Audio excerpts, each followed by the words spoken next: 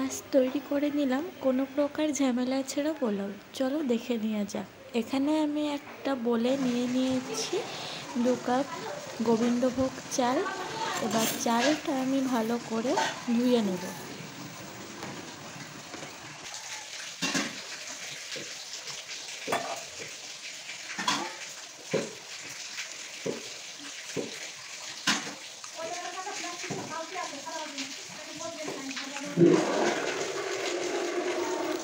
চালটা ভালো করে ধুয়ে আমি 30 মিনিট জলে ভিজিয়ে রেখে দেব।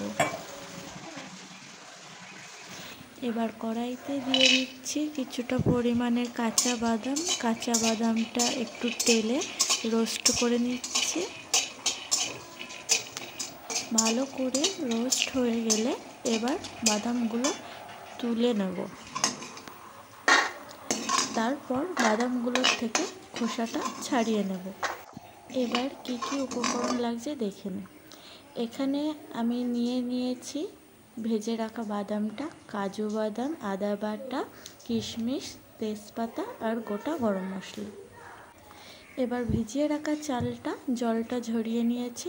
তারপর একটা চামচে দিয়ে দিয়েছি ঘির ভিতরে অল্প একটু হলুদ দিয়ে গরম করে চালটার ভিতরে দিয়ে দেবো।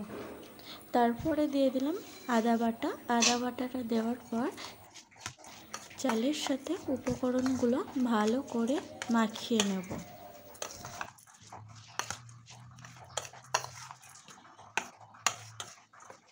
উপকরণগুলো ভালো করে মেশানো হয়ে গেলে 10 মিনিট রেখে দেব।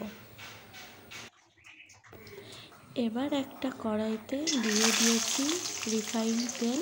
তার ভিতরে দিয়ে দিলাম ড্রাই ফ্রুটগুলো। দেওয়ার পর হালকা আছে একটু নাড়িয়ে চাড়িয়ে ভেজে তুলে রাখবো।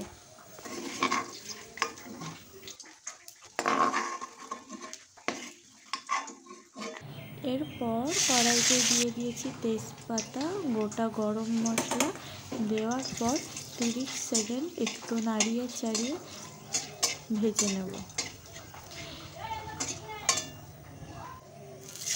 তারপর দিয়ে দিলাম গোবিন্দভোগ চালটা,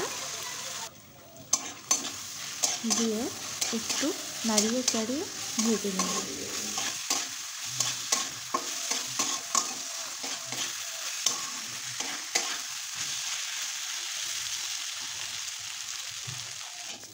চালটা যখন খুব ভালোভাবে ভাজা হয়ে যাবে, ঝরঝরে হয়ে যাবে, তখন একটা বাটিতে 2 কাপ চালের জন্য 4 কাপ জল গরম করতে বসিয়ে দিতে হবে এবং সেই গরম করা জলটা চালের ভিতরে দিয়ে দিতে হবে। এখানে কিন্তু কোনো প্রকার ঠান্ডা জল দেওয়া যাবে না, গরম জলটাই দিতে হবে। তারপর দিয়ে দিলাম ড্রাই ফ্রুটগুলো। দিয়ে যখন চালটা ফুটতে শুরু করবে তখন দিয়ে দিলাম পরিমাণ মতো চিনি এবং লবণ। দিয়ে একবার নাড়াচাড়া করে রেখে দিতে হবে।